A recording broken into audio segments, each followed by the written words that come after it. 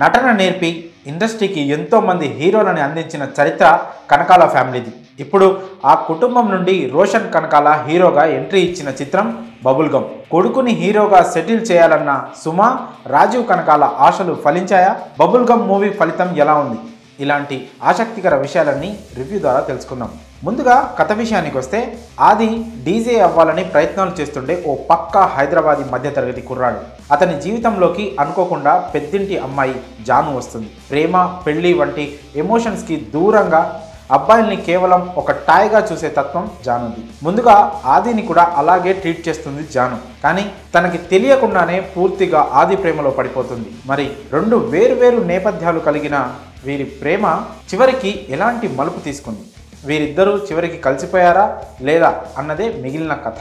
ఒక అబ్బాయి, ఒక అమ్మాయి, వారిద్దరి మధ్య లవ్, ఆ ప్రేమ చుట్టూ ఒక కాన్ఫ్లిక్ట్ పాయింట్. క్లైమాక్స్ తీసేసి చూస్తే బబుల్ గమ్ కూడా ఇలాంటి ఓ సాదా సీదా కథ.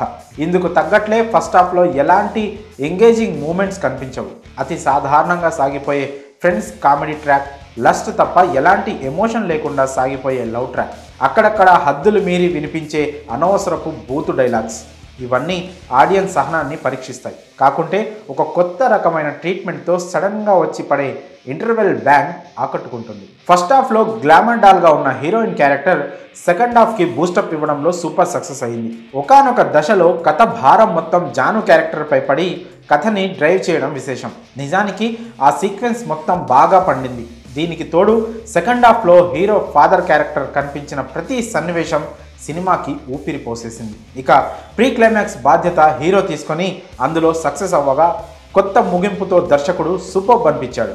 దర్శకుడు ఎందుకు ఈ చిత్రానికి బబుల్ గమ్ అని పేరు పెట్టాడో తెలియదు, కానీ టైటిల్కి తగ్గట్టే ఫస్ట్ హాఫ్ అంతా సాగదీసి వదిలేశాడు. అసలు కథ, ఎంగేజింగ్ ఎలిమెంట్స్, ఎమోషనల్ సీన్స్ అన్నీ సెకండ్ హాఫ్లో ఫుల్గా నింపేశాడు. ఇక్కడే డిజాస్టర్గా మిగిలిపోయింది అనుకున్న ఈ చిత్రం చాలా రెట్లు మెప్పించి ఒక ఫీల్ గుడ్ టచ్ ఇవ్వడంలో సూపర్ సక్సెస్ అయ్యింది. అయితే ఇలాంటి కొత్త నటీనటులతో ఇంత సున్నితమైన భావోద్వేగాలతో కూడిన చిత్రాన్ని తెరకెక్కించాలని సాహసించడం ఓ రకంగా రిస్క్ అని చెప్పవచ్చు.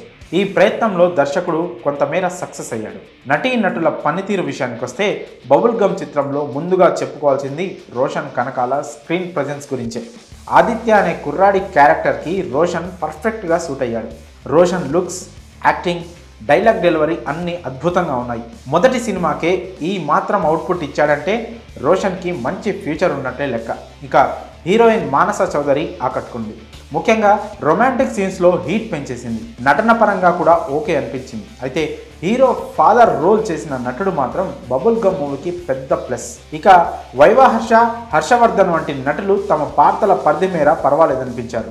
సాంకేతిక వర్గం పనితీరు విషయానికి వస్తే, క్షణం, కృష్ణ అండ్ హిజ్ లీలా చిత్రాలతో గుర్తింపు దక్కించుకున్న రవికాంత్ పేరేపు బబుల్ గమ్ చిత్రానికి దర్శకత్వం వహించారు. అయితే ఈ రెండు చిత్రాల్లో ఉన్న క్లారిటీ ఇక్కడ మిస్ అయింది. కాకుంటే రోషన్ కనకాల, మానస చౌదరి దగ్గర నుండి మంచి నటన రాబట్టుకోవడంలో మాత్రం దర్శకుడు సూపర్ సక్సెస్ అయ్యాడని చెప్పాలి.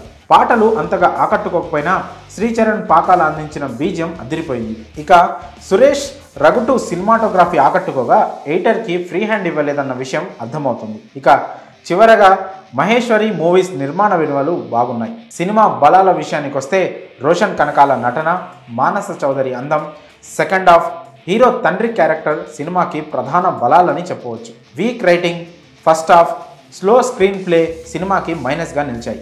చివరగా బబుల్ గమ్ కాస్త ఎక్కువగా సాగింది. ఈ సినిమాకి మేమిచ్చే రేటింగ్ 2.25. మరి ఈ సినిమా మీరు చూసారా? మీకు ఎలా అనిపించిందో మీ అభిప్రాయంలో కామెంట్స్ రూపంలో తెలియజేయండి.